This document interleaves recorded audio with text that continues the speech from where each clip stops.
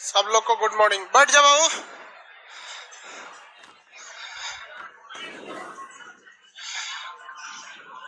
सब लोग बैठिए। आज क्या पढ़ाना है?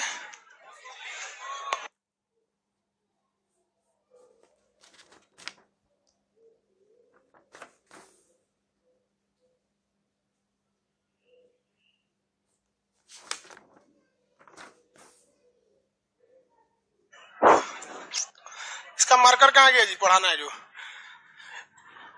हिस्ट्री में अशोक वगैरह बता रहे थे। अशोक क्या अभिलेख बताना था? अशोक जिसे कोई भी दुख न हो। क्वेश्चन पूछने पे आप बता सकते हैं। अशोक का जन्म बताइए।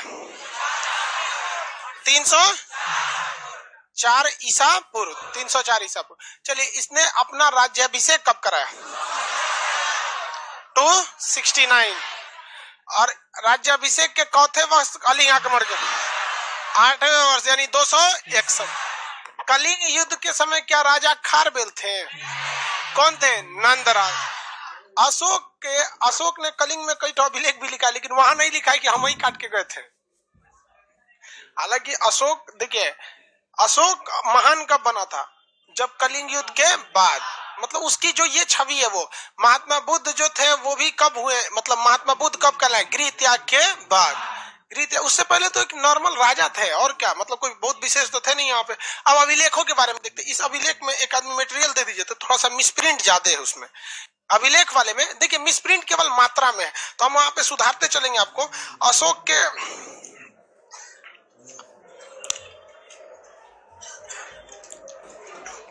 चलिए थोड़ी याद रखिए। अशोक के अभिलेखों को हम देखते हैं लोग। अशोक के कई टाइप के अभिलेख मिलेंगे, लेकिन जिसमें सबसे प्रमुख जो अभिलेख है वो उसके 4 बृहद शिलालेख है। 14। अशोक के 14 बृहद शिलालेख, जिसे हम चतुर्दश शिलालेख के नाम से भी जानते हैं। ये बड़ा है। 7 इसके छोटे छोटे लघु शिलालेख है। कुछ ससुरों के शिलालेख बिखरे हुए हैं, और कुछ में तो इसका नाम नहीं लिखा है। तो हम लोग अशोक के शिलालेख को 14 ठो बड़े शिलालेख देख लेंगे, 7 ठो छोटे देख लेंगे, 2-4 ठो बिखरे उखरे हैं उनको समझ जाएंगे। इन शिलालेखों के बाद में वो कौन कौन से संदेश देना चाहते थे इसको समझ जाएंगे।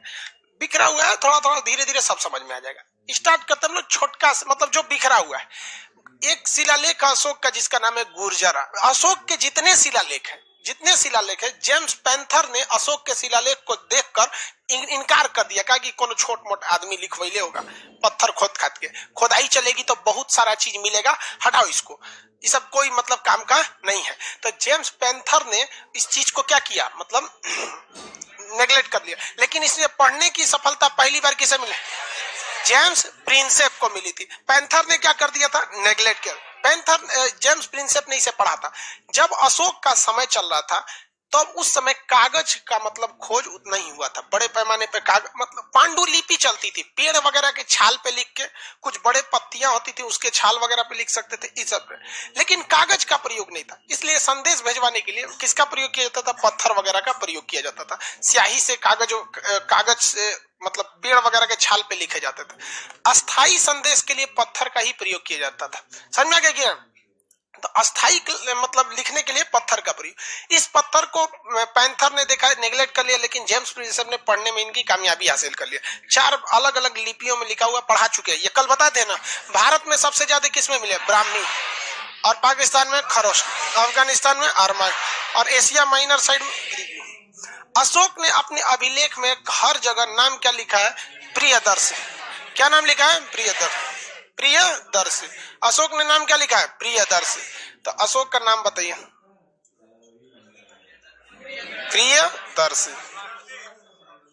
प्रियदर्शी, देव नाम प्रियदर्शी। पूरा नाम क्या है भैया? देव नाम। केवल प्रियदर्शी नहीं लिखा है, नाम पूरा कंप्लीट क्या लगेगा? देव नाम प्रियदर्शी। मतलब देवताओं को जो नाम प्रिय है उसको क्या कहते हैं? देव नाम प्रियदर्शी। तो इसमें अशोक कहीं लिखा ही नहीं था। और एक और समस्या था, मान के चलिए अशोक लिख भी दिया कि मैं अशोक, तो सोचो उसके आगे सम्राट नहीं लिखा था। अशोक तो कई लोग हो सकते हैं, आप में कई गो अशोक है? सब कोई नहीं है? हाँ, एक तो है होगा ही ना। तो ऐसा नहीं है कि केवल देव नाम प्रियदर्शी से अशोक भी लिख देते तो बहुत बड़ा काम हो जाता। सम्राट तो कहीं ना कहीं लिखना पड़ता ना, तब तो पता चलता है कि इसी का अभिलेख है। तो इसके नाम में क्या लिखा हुआ था? देव नाम प्रियदर्शी। हम केवल प्रियदर्शी लिखे हैं तो समझ जाएंगे ना, देव नाम का मतलब देवताओं का प्रिय नाम प्रियदर्शी। अशोक शब्द जो लिखा था, अशोक शब्द, ये 4 जगह लिखा है। कहा जगह? 4। एक मध्य प्रदेश में है, एमपी में, गुर्जरा। एमपी में कौन सा है? गुर्जरा। गुर्जरा अभिलेख में क्या लिखा है? मैं प्रियदर्शी अशोक। फिर भी यहाँ दिक्कत हो गया। सोचो अशोक सम्राट लिखना, मगध सम्राट लिखेगा तब ना पता चलेगा तू वही वाला हो गया। सोचो अशोक सम्राट लिखना, मगध सम्राट लिखेगा तब ना पता चलेगा तू वही वाला अशोक है जो कलिंग में तांडव मचाया था। नहीं तो ऐसे कैसे हो जाएगा। इसके बाद ज्यादातर इसके अभिलेख कर्नाटक में मिले। ये नाम कहाँ मिले हैं? कर्नाटक में।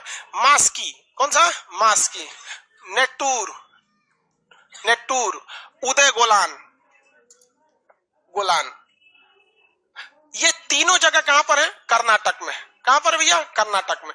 इन चारों पर अशोक के नाम क्या लिखे हुए हैं? अशोक। प्रियदर्शी के साथ क्या लिखा हुआ है? अशोक। तो अशोक के नाम आपको इन्हीं 2 से पूछता है, गुर्जरा और मास्की। लेकिन कभी कभी सोचो क्वेश्चन वहां खखोर के पूछने लगता है कि इनमें से किस में नहीं था या कहां कहां पे लिखा था, तो ये सब आपको पता करना पड़ेगा। तो अशोक के ज्यादातर अभिलेखों में नाम क्या लिखा हुआ है भैया? देव नाम प्रियदर्शी। अशोक के वह 4 अभिलेख बताइए जिस पर अशोक का नाम एकदम स्पष्ट अशोक लिखा है। मध्य प्रदेश का गुर्जरा, नक्शा के हिसाब से पढ़ो नीचे में, यहाँ पे है मध्य प्रदेश, तो एमपी में क्या हो जाएगा? गुर्जरा। देखिए एमपी म से शुरू होता है तो मास्की मत लगाइए, एम से मास्की हो जाएगा, यहाँ पे नहीं। तो गुर्जरा, यहाँ पे कौन हो जाएगा? गुर्जरा। और कर्नाटक में 3 ठो, कौन सा? मास्की, नेतूर, उदय गोलान। मास्की, नेतूर, उदय गोलान। आपने नेदर लिख दिया, मटेरियल में क्या लिख दिया? नेदर। हम नेतूर बना देते हैं उसको। पेज नंबर कितना पे है भैया? 15 पर। मध्य प्रदेश के गुर्जरा तथा कर्नाटक के मास्की तथा नेदर लिख दिया, उसको क्या बना देता है? नेतूर।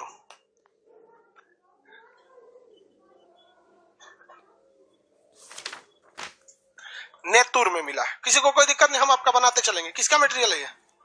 आप ही का है? चलिए तो कोई बात नहीं, रखे रहिए। ये चारों नाम याद हुआ? अरे नाम याद करते चलता आगे बढ़ना हम लोग को। अशोक का नाम क्या लिखा हुआ था? देव नाम प्रियदर्शी। अशोक शब्द कितने जगहों पर? मध्य प्रदेश के गुर्जरा, मध्य प्रदेश के कर्नाटक का मास्की, नेतूर, उदय गोलान। मास्की, नेतूर, उदय गोलान। देखो भैया ये 2 नाम अगर भूल भी जाते हो तो पीसीएस वगैरह के एग्जाम में क्वेश्चन नहीं मतलब छूट जाएगा, लेकिन ये 2 नाम नहीं भूलना चाहिए, गुर्जरा और मास्क, ये नहीं होना चाहिए। लेकिन समस्या फिर वहीं पर अटक गई, सम्राट कहीं नहीं लिखा था। अशोक, मैं मगध सम्राट अशोक नहीं, तो ये भबरू अभिलेख में लिखा है। कहां पर? भबरू, राजस्थान का भबरू अभिलेख में। कौन सा अभिलेख भैया? भबरू अभिलेख। भबरू अभिलेख में क्या लिखा हुआ है? अशोक ने खुद को मगध का क्या बताया? सम्राट बनाया। सम्राट लिखा है जी? अरे लिख लेना लोग अपने से, दिमागी काम ना कर रहा है वो गड़बड़ हो जाता है हमसे लिखते हैं तो अशोक ने खुद को मगध का सम्राट कहां बताया? भबरू अभिलेख। अशोक ने मगध सम्राट खुद को कहां बताया? एक तो करे सर ऐसे लिख दीजिए, सम्राट चलेगा, इसे भी सम्राट। देखिए सम्राट होता है ना, अशोक ने खुद को मगध सम्राट किसमें बताया? भबरू अभिलेख। राजस्थान के भबरू अभिलेख में अशोक ने खुद को क्या बताया? मगध सम्राट। जबकि गुर्जरा, मास्की, नेतूर तथा उदय गोलान में अशोक ने खुद के लिए किस शब्द का प्रयोग किया? अशोक। शेष अभिलेखों में देव नाम प्रियदर्शी। भबरू अभिलेख में, यहाँ पर भबरू अभिलेख की चर्चा बौद्ध ग्रंथ त्रिपिटक में भी किया गया है। बौद्ध ग्रंथ त्रिपिटक, जिसमें सुत पिटक, विनय पिटक जाते हैं सब, उसमें भी किस अभिलेख की चर्चा है? भबरू अभिलेख की चर्चा है। तो किस अभिलेख की चर्चा त्रिपिटक में है? भबरू अभिलेख। अशोक ने खुद को मगध का सम्राट कहां बताया था? भबरू अभिलेख में। अशोक का नाम देव नाम प्रियदर्शी, ये अन्य अभिलेखों में है, लेकिन बाकी इन 4 जगहों पे अशोक ने खुद के लिए किसका प्रयोग किया है? अशोक शब्द का प्रयोग किया है। अशोक के 7 छोटे छोटे शिलालेख थे। 7 क्या थे? छोटे छोटे शिलालेख थे। उसमें बहुत बड़े बड़े वो शिलालेख नहीं हो पाए थे सब। उनको हम लोग थोड़ा सा एक बार देख लेते हैं। 7 छोटका छोटका, ये बिखरा हुआ था, इसको देख लेते हैं, छोटका छोटका देख लेते हैं, और चतुर्दश शिलालेख जो 14 गो है उसको लास्ट में निपटा देंगे लोग। समझ में गया? 7 लघु शिलालेख स्टार्ट करें। इसको देखने के पहले आपको दिमाग में कुछ नक्शा में आइडिया रहना चाहिए। हम यहां बना देते हैं। एक नेपाल से शुरू करते हैं। कहां से? नेपाल से। नेपाल यहां पर है, यह जगह कौन सा है? नेपाल। यहां पर है रुमनदेई अभिलेख, जो गलती से आप में क्या लिख दिया है, देखिए अफगानिस्तान लिख दिया है। आप देखिए रुमनदेई अभिलेख है ना, उसको काट के क्या लिख देंगे? नेपाल। वह गलती से मिसप्रिंट हो गया है। कंधार की जगह पे क्या लिख देंगे? नेपाल। रुमनदेई अभिलेख ये नेपाल के लुम्बिनी में ही है। नेपाल में जहां महात्मा बुद्ध का जन्म कहां हुआ था बाबू? लुम्बिनी में। तो रुमनदेई अभिलेख कहां है? नेपाल।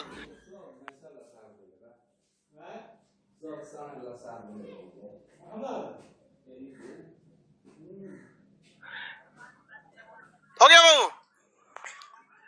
रुमनदेई अभिलेख कहां है? लुम्बिनी में। रुमनदेई अभिलेख लुम्बिनी में। मेरी और याद करते चलिए। ये टॉपिक यहां याद नहीं हुआ तो घर पे याद नहीं होगा। नेपाल के बस नेपाल लिख देना, लुम्बिनी लिख दो, चाहे नेपाल लिख दो, चलेगा। रुमनदेई अभिलेख ये एक ऐसा अभिलेख है जिसमें उपदेश पे ज्यादा चर्चा नहीं किया गया है, बल्कि अर्थव्यवस्था पर चर्चा किया गया, अर्थात टैक्स की चर्चा किया गया है। क्योंकि लुम्बिनी जो था वो महात्मा बुद्ध का जन्म स्थल था, अर्थात अशोक के समय सबसे कम टैक्स जो लिया जाता था वो लुम्बिनी में लिया जाता था। अर्थात लुम्बिनी का रुमनदेई अभिलेख प्रशासनिक चर्चा न करके आर्थिक चर्चा किया, जिस पर किसकी ज्यादा जानकारी दी गई है? टैक्स की। तो रुमनदेई अभिलेख कहाँ है? नेपाल में।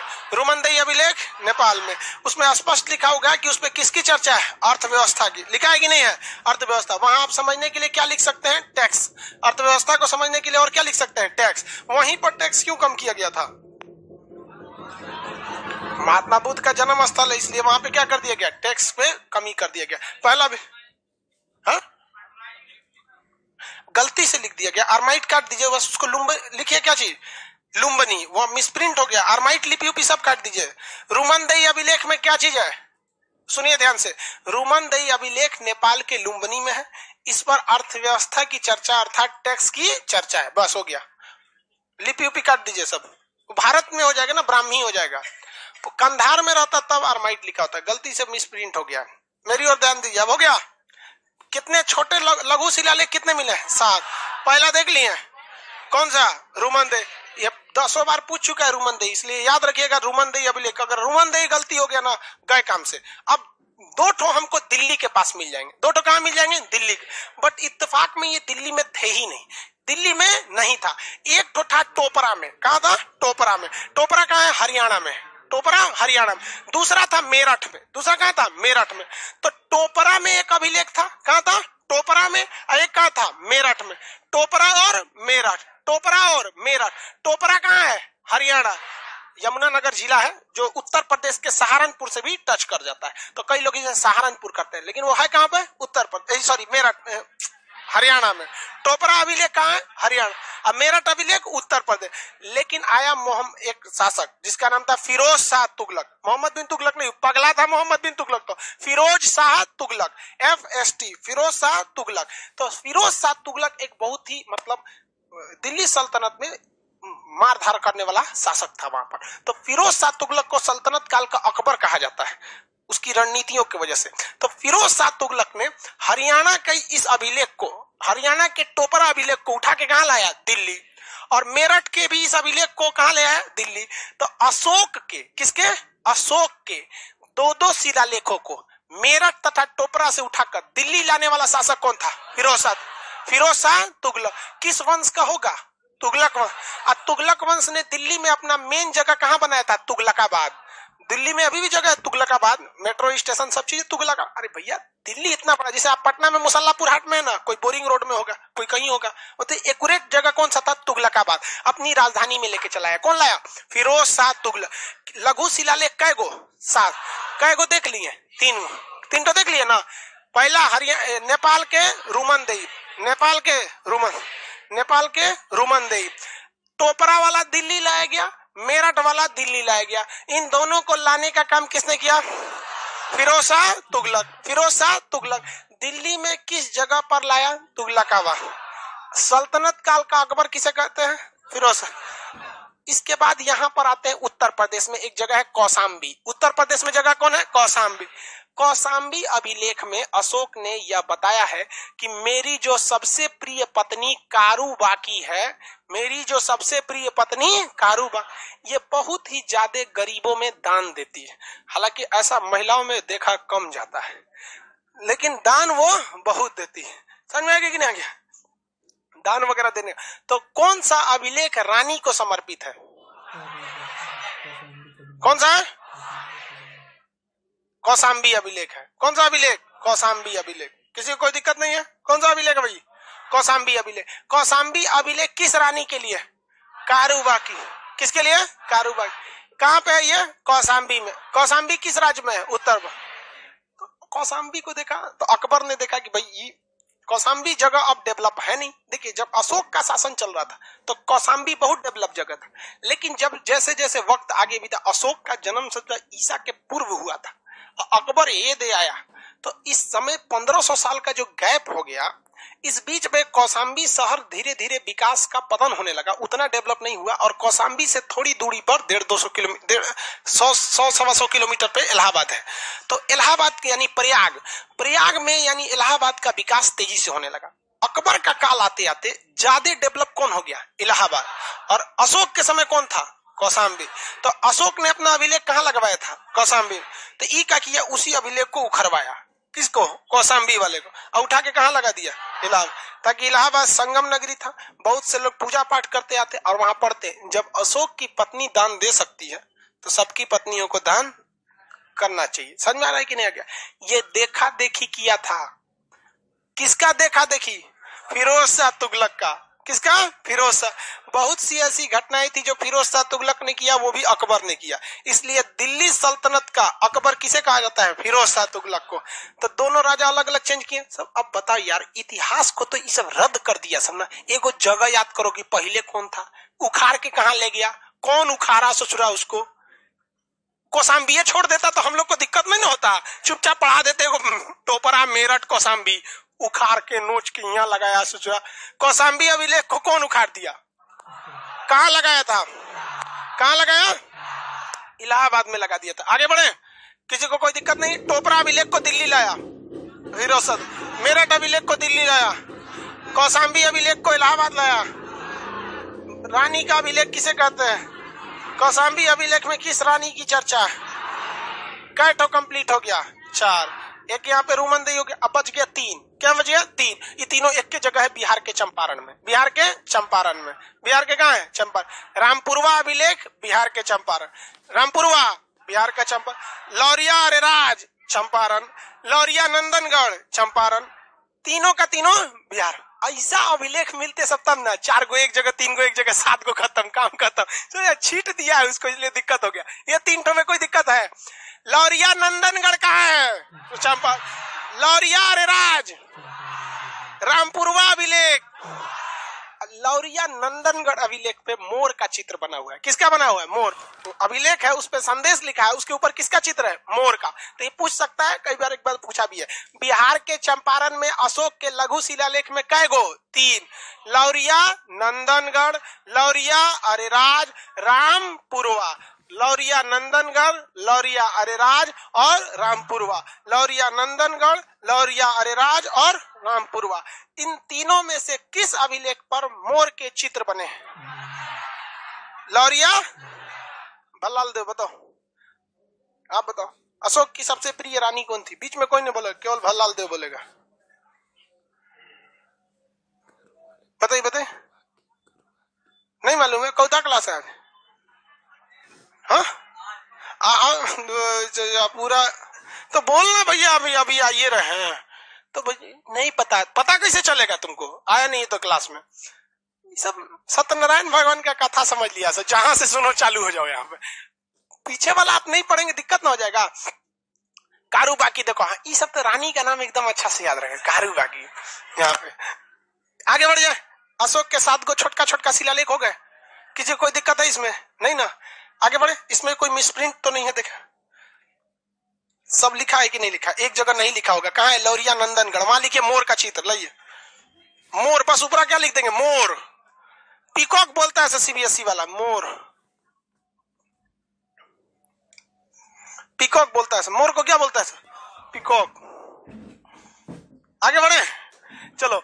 अब इसके बाद एक और पूछता है कि अशोक के जो अभिलेख लिखे हैं वो कहीं ब्राह्मी लिपि में है, कहीं खरोष्टी में है, कहीं ग्रीक में है, कहीं अरमाइड में है। एक ऐसा अभिलेख है जो दूदू भाषा में है, सरे कुन का अभिलेख। सरे कुन सबसे नीचे लिखा होगा, लाइए देखें, यहां देखिए पेज नंबर कितना है? 16। सबसे नीचे में पढ़िए, लिखा होगा सरे कुना अभिलेख, अफगानिस्तान के कंधार से मिला है, जो ग्रीक अरमाइड भाषा में है।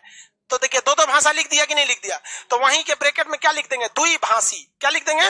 द्विभाषी। द्विभाषी, द्विभाषी अभिलेख। नहीं मिला? लाइव वाले सब लोग देखिएगा, यहां पे नीचे लिखा ना सरे कुना अभिलेख। कौन सा अभिलेख? सरे कुना अभिलेख। सरे कुना अभिलेख बताइए किस देश में है? अफगानिस्तान में। किस जगह पर? कंधार के पास। वहां पर कंधार गोली मारिए, सोचा देश याद रखिए बस। कौन सा? अफगानिस्तान। कितनी भाषा में? ग्रीक अरमाइड। यानी आपसे क्वेश्चन इस तरह से नहीं, लड़का जैसे देखिए, ये लड़का एक बैच में पढ़ाए थे, वो कह रहा है कि सर पूछा था कि द्विभाषी अभिलेख कौन सा है? तो हम कह रहे भैया तो तुमको तो हम बताइबे किए हैं सर कुना अभिलेख ग्रीक और अरमाइड भाषा में। तो कह रहे सर ये कहां बताए थे कि द्विभाषी है? हम कहा ठीक है भैया, गलती हो गई हमरे से, अगला बैच में हम बता देंगे। भैया जब वहां लिखबे कर रहे हैं कि दो गो भाषा है, तो आपको एक शब्द नहीं ना करेंगे, थोड़ा प्रेजेंस ऑफ माइंड रखो यार। एग्जाम में ऐसा नहीं हो सकता है कि जो शब्द खान सर बोले वही शब्द क्वेश्चन में छपेगा। कुछ ना कुछ तो चेंजिंग करेगा। बुद्धि किस लिए है? रोबोट थोड़ी हो, कुछ ना कुछ तो दिमाग लगाओ। दो भाषा में, तो द्विभाषी अभिलेख, सरे कुना अभिलेख, द्विभाषी अभिलेख। किस अभिलेख में अशोक ने खुद को मगध सम्राट बताया? बाबरू। मगध सम्राट बाबरू। खुद का अशोक का नाम? गुर्जरा मास्की नेटूर उदय गोलान। गुर्जरा मास्की नेटूर उदय गोलान। इसमें अशोक ने क्या किया? खुद को नाम अशोक रखा, बाकी जगह पे देव नाम प्रियदर्शी। अशोक के छोटे छोटे कई गो शिलालेख। किस शिलालेख में अशोक ने टैक्स यानी अर्थव्यवस्था की चर्चा किया? रोमन देई अभिलेख। किस शिलालेख में अशोक ने, किस शिलालेख में अशोक ने मोर का चित्र बनवाया? लौरिया नंदनगढ़। अशोक के अभिलेख को दिल्ली लाने वाला शासक? फिरोज शाह तुगलक। और इलाहाबाद ले जाने वाला? अकबर। छोटका छोटका याद हो गया, बड़को याद, मतलब ये सब नाम वगैरह याद हो गया। अब मेन अशोक के देखते हैं चतुर्दश शिलालेख। कौन शिलालेख? चतुर्दश शिलालेख। अशोक के कौन शिलालेख? चतुर्दश में अशोक ने कुल 14 उपदेशों की जानकारी दिया, जो अलग अलग 8 स्थानों से प्राप्त हुआ है। तो चतुर्दश शिलालेख क्या 14 जगह से मिला है? कुल जगह कितना था? 8 जगहों से कितने शिलालेख? चतुर्दश। अशोक के सबसे मुख्य शिलालेख यही है, 14 शिलालेख, जिसे हम चतुर्दश शिलालेख कहते हैं। 8 अलग अलग जगहों से मिले हैं, इसमें अलग अलग संदेश दिए गए हैं, इसको समझना जरूरी है। पहला 14 शिलालेख में चतुर्दश बोलते हैं 14 ठो को। पहला इसमें आता है, फर्स्ट अभिलेख में अशोक ने कहा है कि अहिंसा। किसकी चर्चा किया है? किसकी चर्चा किया है? अहिंसा। पहली शिलालेख में, पहले में सबसे पहले जानकारी क्या दिया है? अहिंसा की। किसी को मार धार नहीं करना है। तो जेन्युइन बात है कि जब अहिंसा है तो पशु बलि पर रोक किस पर होगा? बलि पर रोक किस पर होगा? पहले पे होगा, क्योंकि बिना हिंसा किए, बिना वायलेंस, मार धार किए हुए आप कभी भी पशु की बलि नहीं दे सकते। तो पशु बलि पर रोक तथा अहिंसा को बढ़ावा देने की चर्चा किस अभिलेख, किसमें है? पहला शिलालेख। चतुर्दश शिलालेख में पहला में कौन सा हो जाता है? अहिंसा। पहला में अहिंसा। दूसरा में देखेंगे, दूसरा में 2 बातें, चिकित्सा। किसमें? चिकित्सा, मतलब डॉक्टरी, चिकित्सा। लेकिन फर्स्ट टाइम ऐसा हुआ जब मानव की चिकित्सा तो बहुत पहले से चल ही रही थी, पहली बार यहाँ पर किसी ने अभिलेख लिखकर पशु चिकित्सा की भी बात कही। किसकी बात कही? पशु चिकित्सा की बात कही। किसकी बात कही? पशु चिकित्सा की। लिखा हुआ है, लाइए तो सुधरवाते चलते लाइव वालों को। पशु चिकित्सा की बात कही। आगे बढ़े, उसके नीचे एक और चीज छूट गया, उसके नीचे देखिए दक्षिण भारत के 4 राज्य लिखे हैं ना, तो चेर, पांड, श्रीलंका, केरल पुत्र काट देंगे लोग,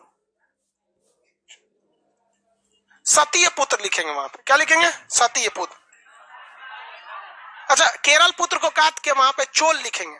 केरल पुत्र को काट के चोल, देखिए चोल, चोल यहाँ लिख, देखिए मेरी ओर देखिए, आपको लिखा हुआ है तो आप गड़बड़ हो जाएंगे लोग। यहाँ पे गति थोड़ा सा टाइप हो गया, अब क्या बोले। एक वंश था चेर वंश। दक्षिण भारत जब देखेंगे, आपको पढ़ाएंगे दक्षिण भारत, तो यहाँ पे आपको पढ़ाएंगे चेर वंश, चोल वंश, ये सब के बारे में। चेल की चर्चा, चोल की चर्चा, पांड की चर्चा। किसकी? पांड की चर्चा। और सतीय पुत्र, सतीय पुत्र की चर्चा। इसके बाद उसमें ताम्रपर्णी, जिसको श्रीलंका कहा गया। किसकी चर्चा? श्रीलंका की। तो इसमें ना आपका क्या नहीं लिखा हुआ है? चोल। इसके जगह क्या लिख दिया? केरल पुत्र। तो चोल को काट के क्या लिख, केरल पुत्र को क्या लिख देंगे? चोल। चोल लिखा हुआ है।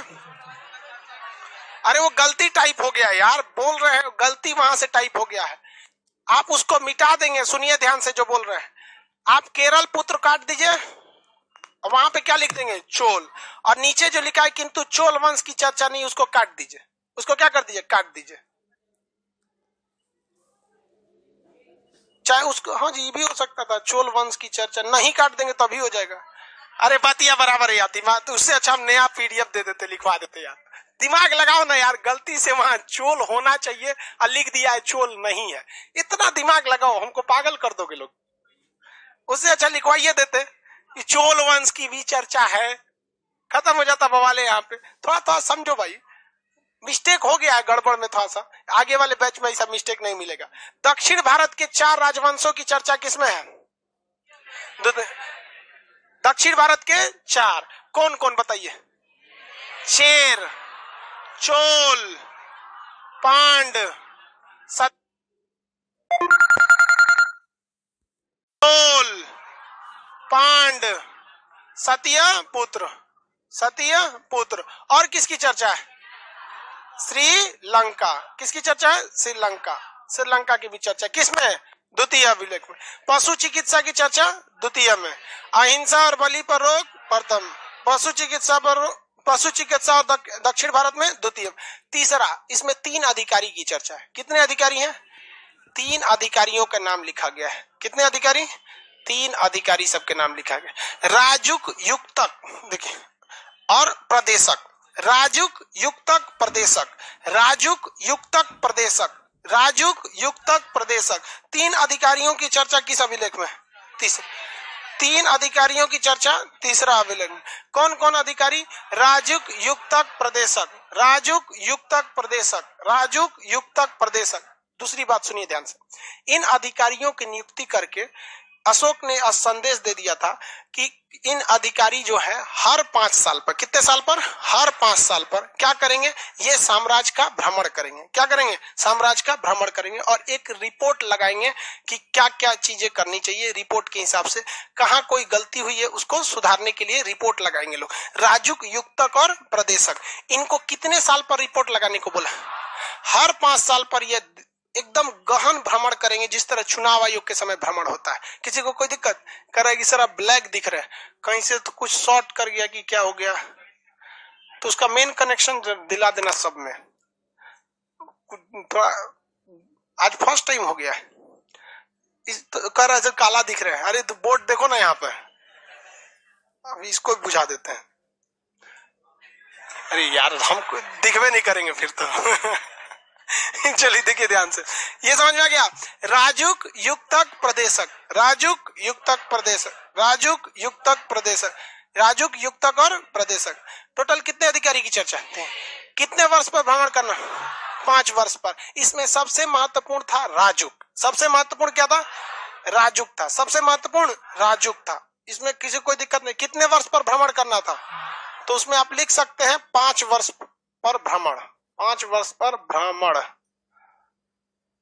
5 वर्ष पर भ्रमण करना था। कितने वर्षों पर? 5 वर्ष। लिखिए लोग। कई को इतना कोढ़ी है, सब लोग घुसिया रहा है कि सर लिख के कहने दिए, एकदम महा कोढ़ी सब एकदम। तो इंसान लिख देगा सर तो पता नहीं कौन सी। हाँ?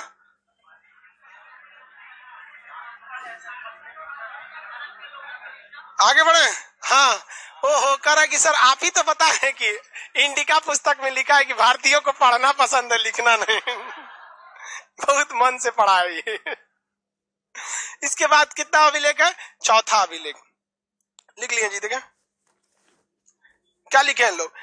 राजुक युक्तक प्रदेशक की चर्चा है तो धम्म में प्रचार करते थे। कितने वर्ष के लिए?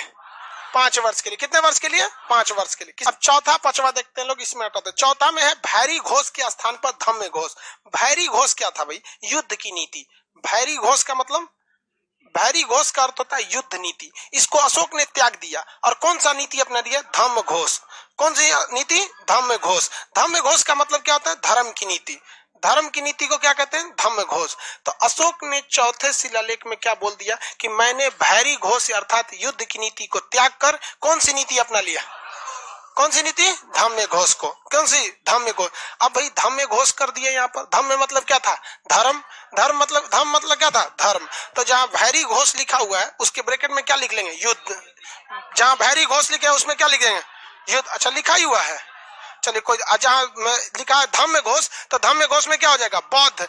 बौद्ध मतलब यार धर्म की नीति हो जाएंगे। बौद्ध मतलब क्या है? धर्म की नीति। बौद्ध धर्म को तो अपना लिया था।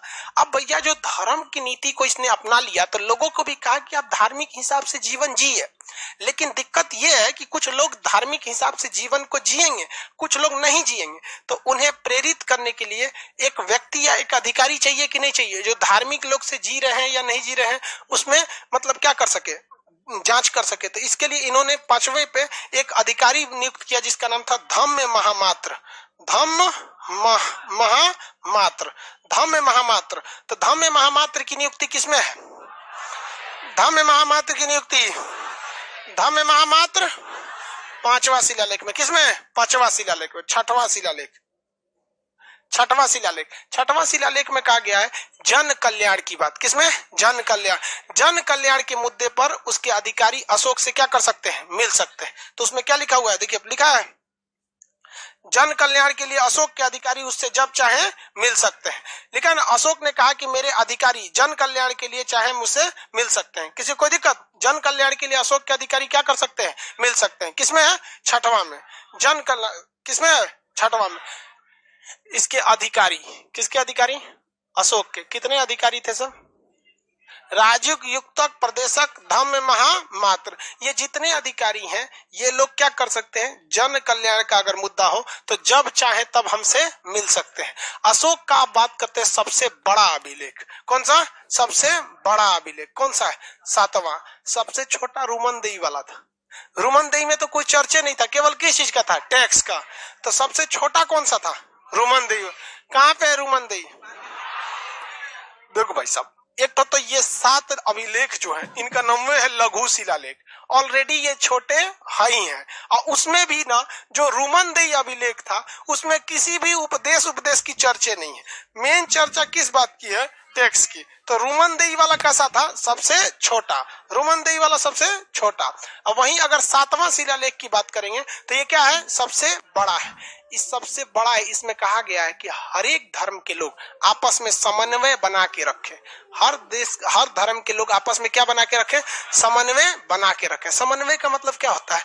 एक दूसरे से मिलजुल कर रहना। सबके क्या करते रहना? मिलजुल कर रहना। ये नहीं कि उल्टा सीधा उपदेश दे के हमारे धर्म अच्छा है हमरे खराब है। समझ में आ गया कि नहीं आ गया? एक बार हम छोटे थे, पता नहीं मतलब क्या बताए, तो हम पढ़ने गए थे उर्दू अरबी पढ़ने। तो एक मौलाना साहब बताए होली खेलने का हमको बहुत शौक, बचपन में सब लड़का खेलता है, हम भी खेले।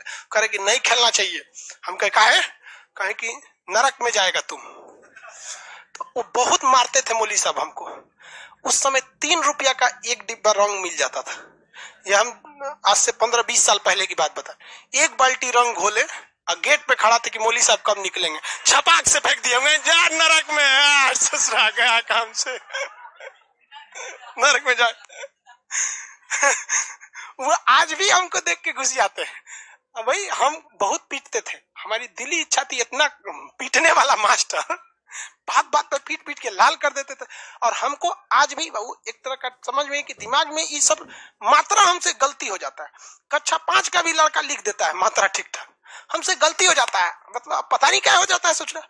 और वहां उर्दू में भी गलती हो जाता था, उर्दू तो और टेढ़ सोच रहा है, एक में गुजरिया के लिखो, गलती हो जाता था और थूर देते थे कहीं कि नरक में जाएगा। अब आप बोलिए कि आप भी नरक में जाएंगे ना, तब ना बोलेंगे। भाई साहब दोनों में अंतर होता है, इस्लाम का नियम और मौलाना का नियम, दोनों में अंतर होता है। I follow the rule of Islam, not the rule of मौलाना। अरे भाई साहब हमको क्या दिक्कत हो जाएगा, ऐसा कोई चीज में थोड़ी हो जाएगा, हो गया सबको। तो उसने क्या कहा था अशोक ने कि सारे धर्मों को मिला के समन्वय रखिए। आप यदि किसी को गाली देंगे ना, आप किसी को गाली देंगे तो दूसरे से आप सम्मान की इज्जत मत रखिए। आप चाहते हैं कि आपको दूसरा कोई आप धर्म का व्यक्ति आपके धर्म की इज्जत करे तो पहले आप उसकी इज्जत कीजिए, आपको बोलना ही नहीं पड़ेगा, वो आपकी इज्जत करेगा। तो ये समझना चाहिए। किसमें बोला था? सातवां। और इसमें उसने बहुत समझाया था, इसीलिए बहुत सबसे बड़ा हो गया। सबसे बड़ा विलय कौन हो गया? सातवां। भाई धार्मिक चीज जल्दी समझ में नहीं आता है, बहुत गरिया वो करता है सब, मने मन कई को मुस्लिम होगा सो अंदर से गरिया रहा होगा सबको। क्या फर्क पड़ता है गरिया के? कुछ हो जाएगा हमको? नहीं हो सकता। यहाँ पे बहुत बड़ा इनसे इफेक्ट नहीं होता, इनको मतलब समझे में नहीं आता। होगा ही सब, मने मन बोलता होगा सब काफिर हो गया है अरे छोड़ो, कुछ नहीं होता है सब, यहाँ पे ऐसा कोई तामझाम नहीं होता है। लेकिन हाँ, सबको आपस में समन्वय बना के रखना चाहिए। अशोक के कहने का सेंस ये था कि यदि आपको दूसरे धर्म में इंटरेस्ट नहीं है तो आप उसका विरोध नहीं कीजिए, उसकी बुराई मत कीजिए, आप वहां मत जाइए। आपको बहुत दिक्कत है तो आप दूसरे को काय टांग लड़ाते हैं कि तू मत कर। तू कौन होता है? Supreme court? हाँ, नौटंकी कर दिया। तो सभी धर्मों में क्या करना है? समन्वय स्थापित करके रखना है। समझ में आ गया कि नहीं आ गया? किसमें बोला गया? सातवां अभिलेख में। धार्मिक समन्वय, धार्मिक समन्वय सबसे बड़ा अभिलेख कौन है? सातवां अभिलेख सबसे बड़ा अभिलेख है। किसी को कोई दिक्कत नहीं है, आगे बढ़ जाए। आठवां अभिलेख देखिए, उसमें धार्मिक समन्वय लिखा है या नहीं लिखा है? लीजिए, सबसे बड़ा लिखा है सातवां अभिलेख। इसमें अशोक ने विभिन्न धर्मों में आपसी समन्वय की बात कही है, ये सबसे बड़ा है, सबसे बड़ा है। ठीक है, अब इसके बाद आता है आठवां अभिलेख। अशोक ने अपने आठवें अभिलेख में धम्म यात्रा की चर्चा किया है। धम्म यात्रा का मतलब होता है आप शिमला, कुल्लू, मनाली घूमने जाते हैं, ये टूरिस्ट है। अशोक ने कहा कि मैं धार्मिक चीजें, मतलब बौद्ध धर्म नहीं, लोगों को इंसानियत का पाठ पढ़ाने के लिए धम्म की यात्रा किया। मतलब अलग अलग जगहों पर यात्रा किए और लोगों के दुखों को हम सुने, ताकि मतलब वो सारे लोग की भावनाओं को हम समझ सके। तो अशोक ने अपने आठवें शिलालेख में क्या बोलता है? धम्म यात्रा। धम्म यात्रा, यह धम्म यात्रा होता है। ये चौथे वर्ष से शुरू होती है राज्याभिषेक। कलिंग युद्ध जैसे किया 8वें वर्ष, कलिंग युद्ध के राज्याभिषेक के चौथे वर्ष कलिंग युद्ध किया 8वें, और उसने कौन सी नीति अपना लिया? बौद्ध धर्म। और उसके बाद से वो यात्रा पे निकल गया, अलग अलग धम्म यात्रा पर। इसमें उसकी 2 धम्म यात्राएं बहुत फेमस थी, एक गया जो बिहार के बोध गया में है और दूसरा लुम्बिनी, क्योंकि ये दोनों फेमस जगह महात्मा बुद्ध से रिलेटेड है। तो पूछेगा कि गया में वो कौन से वर्ष गया था राज्याभिषेक? 10वें वर्ष। और लुम्बिनी में कब गया था? 20वें वर्ष। लुम्बिनी में 20वें वर्ष। लेकिन धम्म यात्रा चालू कब कर दिया गया था? 8वें वर्ष से। मतलब कलिंग युद्ध के बाद से ही उसने धम्म यात्रा को क्या कर दिया था? चालू कर दिया। किसी को कोई दिक्कत नहीं? धम्म यात्रा, धम्म मतलब नहीं समझ रहे हैं बाबू, 20 बार थोड़े बोलेंगे एक ही चीज को। धम्म मतलब वो बौद्ध धर्म की बात नहीं कर रहा था, वो बात इंसानियत। अब ये बताओ ना, ये कौन धार्मिक समन्वय बना के रखना, ये कोई धर्म में थोड़े बीता है, ये तो इंसानियत का पाठ है, सबको पढ़ना चाहिए। यहाँ पे धम्म यात्रा चौथे वर्ष चालू किया। हमेशा वो क्या करते रहता था? धम्म यात्रा। लेकिन इसकी 2 धम्म यात्रा सबसे ज्यादा प्रसिद्ध हो गई। कौन कौन सी? गया चौथे वर्ष गया 10वें वर्ष, और लुम्बिनी गया 20वें वर्ष। लुम्बिनी गया 20वें वर्ष, और लुम्बिनी में उसने टैक्स को क्या कर दिया? घटा दिया। इस टैक्स घटाने की चर्चा कौन से छोटे शिलालेख में? रुमनदेई अभिलेख। किस अभिलेख में? रुमनदेई अभिलेख। सबसे छोटा अभिलेख रुमनदेई, सबसे बड़ा अभिलेख सातवां अभिलेख। अशोक के चतुर्दश शिलालेख में आप 8 को देख लिए। चलिए पहला बोलिए तो इसको हटा दें, इसको देखिए, फिर हम पूछते हैं आपको पहला दूसरा। थोड़ा सा उटपटांग है, देख रहे हैं, कोई रिलेशन नहीं है किसी का किसी से, और केवल यादें करना है आपको। इसको देखिए फिर पूछते हैं।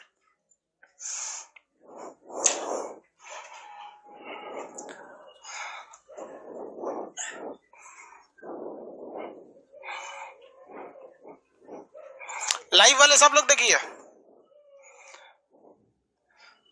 याद रहेगा? क्वेश्चन पूछा जाए। पीछे किस गर्मी लग रहा है जी आप लोग को? किसको किसको लग रहा है? बर्दाश्त करिए आप लोग। जिसको जिसको लग रहा है गर्मी अभी बर्दाश्त कीजिए, कोई उपाय नहीं है। अरे लड़की सबका पंखा इसलिए चल रहा है ना कि इन लोग धाए दे बेहोश हो जाएगी जो बंद करेंगे तो। भाई एक काम करो, पंखा या तो इसका व्यवस्था किया ये सारा पंखा चले, नहीं तो ये भी बंद करा दी। ठीक है, व्यवस्था हो जाएगा। चलो देखो क्वेश्चन पे ध्यान से आते हैं। देख लिए ना, पूछा क्वेश्चन बताएंगे। अशोक के किस शिलालेख में भैरी घोष के स्थान पर धम्म घोष की चर्चा? कौता? चौथा शिलालेख में। Very good. अशोक के किस शिलालेख में टैक्स की चर्चा? रुमनदेही। किसमें? रुमनदेही सबसे छोटा भी वही है। अशोक के किस शिलालेख में धम्म महामात्र नामक अधिकारी की चर्चा? कौता? पचवस धम्म महामात्र की। अशोक ने किस शिलालेख में कहा है कि मेरे अधिकारी जन कल्याण के लिए जब चाहे मुझसे मिल सकते? कौता? छठा शिलालेख में। वेरी गुड, कोई दिक्कत नहीं। अशोक का सबसे बड़ा शिलालेख? हाँ, अशोक के किस शिलालेख में धम्म यात्रा की चर्चा है? 8वें शिलालेख। कलिंग आक्रमण राज्याभिषेक के चौथे वर्ष अशोक की धम्म यात्रा में सबसे प्रसिद्ध धम्म यात्रा गया और लुम्बिनी। लुम्बिनी चौथे वर्ष गया? हाँ, 20वें वर्ष। गया में 10वें वर्ष। 8 तक तो हम लोग देख लिए। लोग 9वां देखते हैं। लोग नवरात्र देखें। 9वां से क्या याद रखेंगे? नवरात्रि। 10 से याद रखेंगे विजयदशमी। 10 से क्या याद रखेंगे? विजयदशमी। हम आपसे पूछते हैं नवरात्रि बड़ा त्योहार या विजयदशमी? विजयदशमी। तुलना में विजयदशमी के नवरात्रि का महत्व उतना नहीं जितना विजयदशमी का। तो याद रखने के हिसाब से आप रखिएगा कि 9वें में कहता है कि मैं छोटे मोटे त्योहारों पर प्रतिबंध लगा। छोटे मोटे त्योहारों पर उसने क्या किया? रोक लगाया। क्यों रोक लगाया? क्योंकि त्योहार से बहुत ज्यादा पैसा लॉस हो जाता है। जब भी त्योहार आता है ना, बहुत पैसा लॉस होता है। वो अलग बात है कि त्योहार से बहुत सारे लोगों को रोजी रोजगार भी मिल जाता है।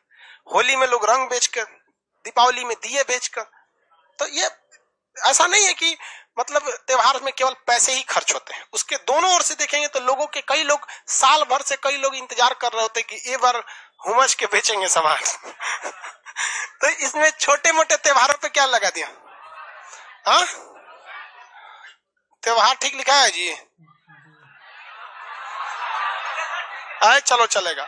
छोटे मोटे त्योहारों पर क्या लगा दिया? प्रतिबंध लगा दिया। छोटे मोटे त्योहारों पर क्या लगा दिया? प्रतिबंध। याद रखने का तरीका क्या रखेंगे? नवरात्रि थोड़ा सा छोटा है, इसलिए छोटे त्योहारों पर क्या लगा दिया? प्रतिबंध। हम ही नहीं कह रहे हैं कि नवरात्रि छोटा है। बेवकूफ से एक और होता है सब खखोरने लगता है सब। खान सर ने ही कहे बोल दिया यहाँ पे। 10वां में उसने बोला धम्म का महत्व। धम्म का महत्व, धम्म का महत्व मतलब धम्म वाली चीज ज्यादा कीजिए। छोटे मोटे त्योहारों पर पैसे लगाने से, बर्बाद करने से, इसलिए कहा कि छोटे मोटे त्योहारों से बचिए, धम्म के महत्व को समझिए, इंसानियत को बढ़ाइए, आपसी मेल वगैरह को रखिए। किसी को कोई दिक्कत? यहाँ पे देखिए 9 से याद रखेंगे नवरात्रि। कोई खास मतलब इसने कहा कि छोटे त्योहारों को न माने। विजयदशमी महत्वपूर्ण है तो 10 से क्या रखेंगे? धम्म को महत्व, धम्म का महत्व। इसके बाद आगे 11, 12, 13, 14। 14 में कुछ नहीं है। कह दिया कि ऊपरा कहीं स्पेलिंग मिस्टेक हो जाएगा तो हमरा से छोड़ दियो। वो अशोको मेरी तरह था स्पेलिंग मिस्टेक करने वाला, उसने लिख दिया यहाँ पर। इसमें यहाँ देखिए 11 में अब देखते हैं। नवरात्रि से 9 से क्या याद रखें? नवरात्रि। छोटे मोटे त्योहारों पर बैन लगा दिया। धम्म की महत्व को समझाया बिना पुरोहित, बिना पंडित जी के। क्या धम्म के महत्व को आप समझेंगे? अरे वही लोग तो समझाते हैं कि नहीं? तो 11 में बोला है कि मेरे अधिकारी ब्राह्मणों को न सता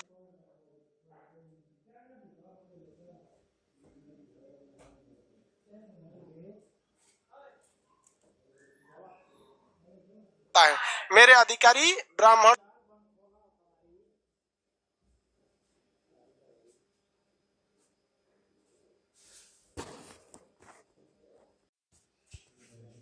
को न सताए। 11वें में क्या बोला है? मेरे अधिकारी ब्राह्मणों को न सताए।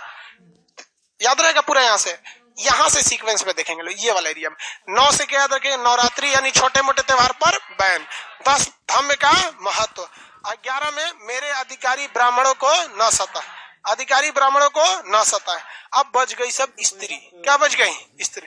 देखिए अशोक ने अगर ध्यान से देखेंगे तो छोटे मोटे सारी चीजों को अपने अंडर में लिया, अब स्त्री बच गई। तो स्त्रियों के लिए एक और अधिकारी, जैसे यहाँ धम्म के लिए कौन सा अधिकारी, धम्म, वैसे यहाँ के लिए स्त्री महामात्र, स्त्री महामात्र, स्त्री महामात्र। तो स्त्रियों की स्थिति में सुधार लाने के लिए कौन से अधिकारी, स्त्री महामात्र, स्त्री महामात्र। 9वें में क्या बोला है, छोटा मोटा त्योहार कौन। 10वें में धम्म का महत्व। 11वें में महिलाओं को, महिला महामात्र उनकी स्थिति के लिए। चाइनीज भाषा में कमेंट मत लिख, हम नहीं समझ पाते हैं चाइनीज। यहाँ पे एक को चाइनीज में लिख रहा है कन्वर्ट करके। स्त्री महामात्र हो गया। 13 में इसने कलिंग युद्ध की जानकारी दी। कौन सा, कलिंग युद्ध। 13 में कौन सा, कलिंग, कलिंग युद्ध की जानकारी इसने किसमें दिया, केरल। जबकि अशोक ने खुद कलिंग में जाकर एक अभिलेख लिखवाया है, कलिंग अभिलेख। उसमें उसने नहीं बोला है कि हम ही थे वो जो कटवा दिए यहाँ कलिंग आकर, उसमें ना बोला है, उसमें नहीं बोला। उसमें अच्छा बात बोला है कि पूरा पृथ्वी मेरी अपनी संतान की तरह है। काटे के समय भुला गए थे। खैर उससे पहले अशोक वो वाला अशोक नहीं था। तो कलिंग युद्ध की चर्चा किसमें, 13 में। कलिंग युद्ध की चर्चा 13 में। लेकिन कहेगा कलिंग में जो अशोक का अभिलेख है, क्या उसमें युद्ध की चर्चा किया है, नहीं। उसमें अच्छा बात बोलता है कि सारी पृथ्वी मेरे लिए किस तरह है, मतलब मेरी पुत्र के समान है, जिस संतान है। जिस तरह एक माँ अपने बच्चे की देखरेख के लिए एक अच्छे सी धाई माँ को रख देती है, धाई माँ मतलब एक दाई रख देती है, और अच्छे दाई को रखकर वो माँ एकदम निश्चिंत हो जाती है, उसी तरह ये पूरे पृथ्वी के लोग मेरे अपने संतान हैं। इनके लिए मैंने राजुक नामक एक अधिकारी नियुक्त किया है, जो अच्छे काम पर पुरस्कार देगा और गलत काम पर दंड देगा। तो जिस तरह माँ एक धाई माँ यानी दाई रख के टेंशन फ्री हो जाती है, मैं भी राजुक रख के टेंशन फ्री हो गया। इस बतिया कलिंग में, जबकि 13वां शिलालेख में कलिंग युद्ध की चर्चा, जो बताता है कि अशोक बहुत ही दूरदर्शी व्यक्ति था, बहुत ही क्या था, दूरदर्शी। तो कलिंग युद्ध की जानकारी 13वें। कलिंग युद्ध की जानकारी 14 में बोला है कि देख भैया, हमने बहुत कुछ और भी किया है और बहुत कुछ लिखने के आदेश भी दिए हैं, जो इन 13 शिलालेख में जो ऊपर लिखे गए हैं शायद नहीं लिखा पाया है, या इसमें कहीं मिस्टेक हो गया है। तो इसके लिए वो जो पत्थर पे खोद के लिख रहा था ना, वो जिम्मेदार है, हमारा गलती नहीं है। तो हमसे भी स्पेलिंग मिस्टेक हो जाता है ना, तो कलम जिम्मेदार है, हम नहीं। समझ आ गया कि नहीं आ गया। तो 14वें शिलालेख में अशोक ने स्पष्ट बोल दिया, क्या बोल दिया, कि हमने बहुत सारा काम किया, बहुत सारा लिखने का भी आदेश दिया। बहुत सारे कामों की चर्चा उपदेश को नहीं लिखा गया है, या इसमें भी कुछ त्रुटि है, तो इसके लिए जिम्मेदार कौन है, लिखने वाला। मैं इसके लिए जिम्मेदार नहीं हूं। अशोक के 14 शिलालेख याद रहेंगे। 9वां में क्या बोला गया, छोटे त्योहार को। 10वां में धम्म का महत्व। 11 में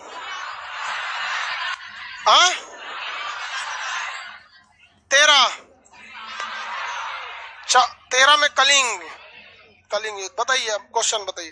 पहला शिलालेख अहिंसा।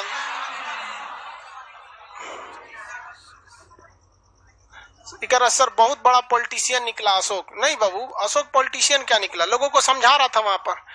पॉलिटिशियन को तुम लोग अच्छा देखिए, जब कभी आप राजा के पद पर या किसी बड़े पद पर आ जाते हैं, तो फिर आपको अपनी भाषा, आपको हर चीज को दूसरे के हिसाब से बोलना पड़ता है, न कि व्यक्तिगत। जैसे अभी आप कुछ भी बोल देंगे चलेगा, लेकिन अभी क्या नरेंद्र मोदी कुछ भी बोल देंगे चलेगा, नहीं चल सकता है। अभी हम क्या है, छोटे से शिक्षक है, लड़कियों को कुछ बोल देते हैं, लेकिन बात के चलिए अगर हम कोई रिप्रेजेंटेटिव हो जाए तो ऐसा नहीं बोलेंगे। लड़की भी समझती है सब कि हम सीरियसली नहीं बोलते हैं, ये सब भी भुला जाती है। सब याद रहता है आप लोग को, नहीं। इस कान से सुन को बहुत अच्छी बात है, नहीं लेना चाहिए। वैसे अशोक ने भी क्या किया भाई, बहुत सारी चीजों को उसने समाज के हिसाब से बोला। पहला अभिलेख में अहिंसा, पशु बलि पर रोक। दूसरा अभिलेख में चिकित्सा, पशु चिकित्सा भी था। दक्षिण भारत के 4 चेर, चोल, पांड, सतिया पुत्र और एक विदेशी राज श्रीलंका।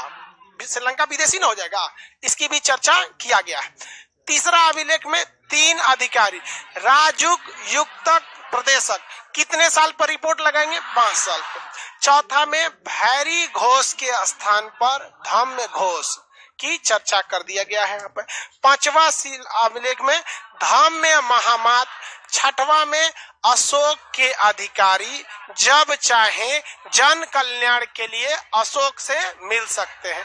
ऐसा ही काम मुगल काल में जहांगीर ने किया था, सोने की जंजीर लगाया था, कहा न्याय के लिए कोई दिक्कत है 24 घंटा जंजीर खुला है, ठकठका देना। सब एक दूसरे का फोटोकॉपी किया है सब। टोपरा में लेके आया फिरोज शाह तुगलक तो अशोक को उखड़वा दिए जेसीबी लगा के, सब सीख ले सब एक दूसरे। सबसे अकबर, हाँ अशोक ने। सबसे बड़ा अभिलेख 7वां, धार्मिक सहिष्णुता की चर्चा 7वें में। 8वें में क्या बोल दिया? धाम में यात्रा, जो कलिंग युद्ध के बाद से ही चालू हो गई। 2 तो फेमस हो गया, गया और कलिंग। लुम्बिनी वाला गया में पहुंचा 10वीं बार, लुम्बिनी पहुंचा 20वें बार, ये 8 हो गया। 9वें में छोटे मोटे त्योहार को बंद। 10वें में धम्म का महत्व। 11 में ब्राह्मणों को न सताए। 12 में स्त्री महामात। 13 में कलिंग युद्ध। 14 में ऊपर की गलती में जिम्मेदार लिखने वाला अशोक नहीं है, अशोक नहीं है। समझ में आ गया कि नहीं? छोटा अभिलेख बड़ा अभिलेख सब समझ में आ गया। अब इसको आगे चर्चा मंडे को।